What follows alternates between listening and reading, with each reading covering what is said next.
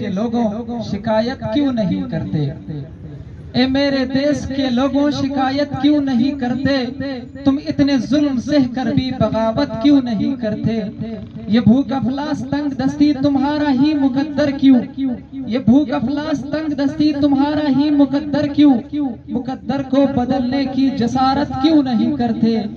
अगर तस्लीम करते हो मेरी बातें मुदल्लिल है, अगर तस्लीम करते हो मेरी बातें मुदल्लिल है, तो फिर तुम मेरे मौकफ की हिमायत क्यों नहीं करते।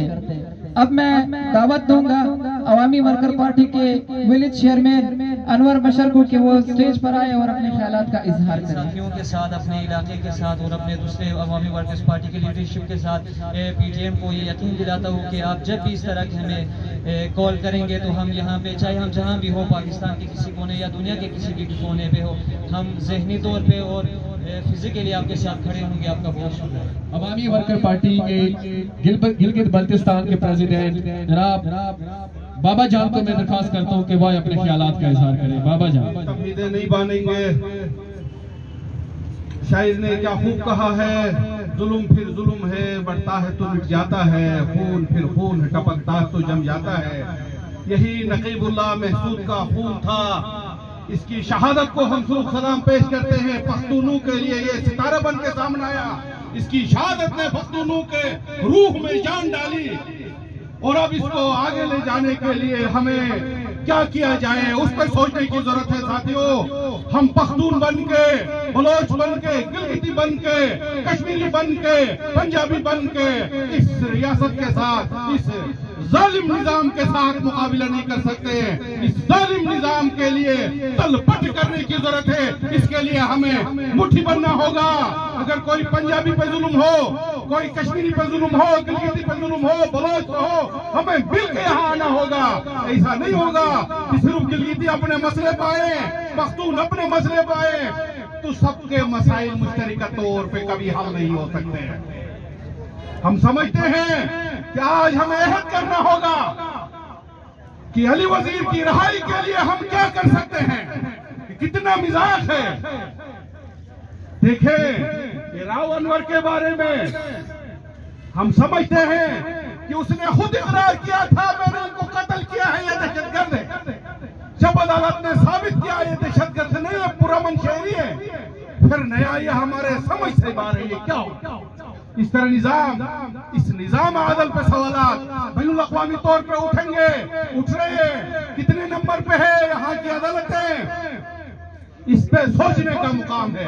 इन्हीं फैसलों की वजह से अदालत जाके 1 नंबर से 10 नंबर के बजाय 130 से भी पीछे चलती जा रही है, जिसका अली अहमद कूर ने पिछले साल आसिफा जहांगीर कॉन्फ्रेंस में बेबांग दोहल कहा है और आलमी शुमारू ने कहा है। लिहाजा एक बात साथियों, हमें इस जद्दोजहद को पुरअमन अंदाज में आगे ले जाने के लिए जितना भी पुरअमन हो, इत्तेहाद इत्तेफाक के साथ गली गोठ में जाके, तुलबा के पास जाके, तमाम मजलूमों के पास जाके मिलके यकमुश्त इनकलाब के बगैर कोई वक्ती या जुज़वी हल से राव अनवर को फांसी दे के भी नहीं होगा। हम इंसाफ के लिए जमा हैं, हमें इनकलाब की तैयारी करनी होगी। ये बहुत हो गया, ये एक के लिए हम इंसाफ लाएंगे, कल दूसरे कोर्ट से रहा होंगे, तीसरे से रहा होंगे, जेल से भाग जाएंगे, भगा दिए जाएंगे। आज भूख की वजह से लोग मर रहे हैं, इंसाफ नहीं मिल के लोग ईडिया रगड़ रगड़ के मर रहे हैं, दवाई नहीं है। वो सब चीजों का एक ही हल है, वो है सोशलिस्ट इनकलाब। इसके लिए नौजवान कमर बस्ता हो, यही हमारा पैगाम है। आप सबका बहुत बहुत सच्ची बात तो ये आप जानते हैं, जैसे अभी दोस्त ने बताया, ये हमारे लिए कोई हैरानकुन फैसला नहीं है। ये शायद ही कोई ये तवक्को रख रहा था कि इसको सजा मिलेगी। जब ये खबर आई कि इसको बरी कर दिया गया, तो यही था कि हमने मिलकर इसके बाद फिर से एहतजाज करना है। ये बिल्कुल इसी तरह है कि जब अली की जमानत किसी एक केस में होती है तो आप और मैं जानते हैं कोई अगला केस नमूदार होगा जिसमें उसको एक बार फिर रिहाई के ऑर्डर आने से पहले ही एक और अदालत का चक्कर कटवाने पर मजबूर किया जाएगा। जैसे कि आपको मालूम है कि 5 साल पहले वजीरिस्तान के एक नौजवान को कराची में बेदर्दी से कत्ल किया गया और उसी बंदे ने, जिसका नाम राव अनवर है, वहां 444 और कराची के शहरियों को मावराए अदालत कत्ल कर दिए गए। फिर जिसको हम अदलिया कहते हैं, इसी अदलिया ने डिक्लेयर किया, फैसला दिया कि ये 444 इंसानों के साथ नकीब शहीद के कातिल भी हैं। आज अफसोस से कहना पड़ रहा है, हम तो यही कहते हैं कि ये मुल्क की या रियासत की मानिंद एक खेमे की होती है। खेमे के 4 या 5 सतून होते हैं, तो उसके हर सतून जो है वो अपनी जगह पे काम करता है। समझ नहीं आ रहा है कि जिस सतून से हमारी तवक्कुआत थी, आज वो ऐसे फैसले दे रहे हैं। वैसे हमें तो मालूम है कि अली वजीर के हवाले से फैसले पे फैसला आता है, लेकिन कोई अमल दरामद नहीं होता। इरादे जिनके पुख्ता हो, नजर जिनकी खुदा पर, इरादे जिनके पुख्ता हो, नजर जिनकी खुदा पर, तलातम खेज मौजों से वो घबराया नहीं करते। वमा अलैना इल्ला